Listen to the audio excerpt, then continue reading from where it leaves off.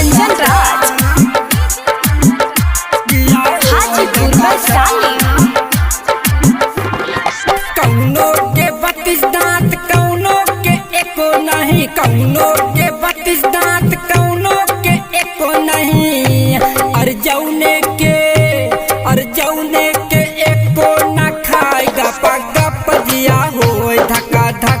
मैंने ऐसी बारात नहीं देख आज तक जिया होए धक्का धक। मैंने ऐसी बारात नहीं देख आज तक जिया होए धक्का धक।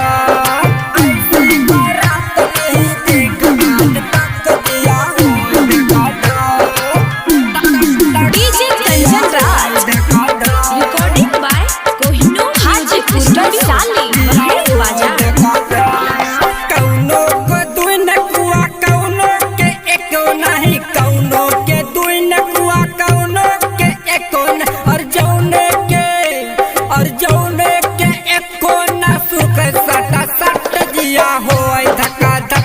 मैंने ऐसी बारात नहीं देख आज तक जिया होए धक्का धक। मैंने ऐसी बारात नहीं देख आज तक जिया होए धक्का धक। ऐसी बारात नहीं देख आज तक जिया होए धक्का धक। डीजे कंचन राज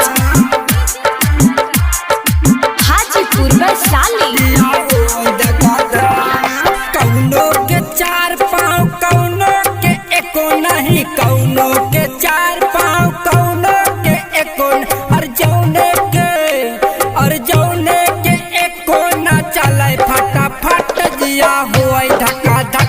मैंने ऐसी बारात नहीं देख आज तक जिया होए धक्का धक। मैंने ऐसी बारात नहीं देख आज तक जिया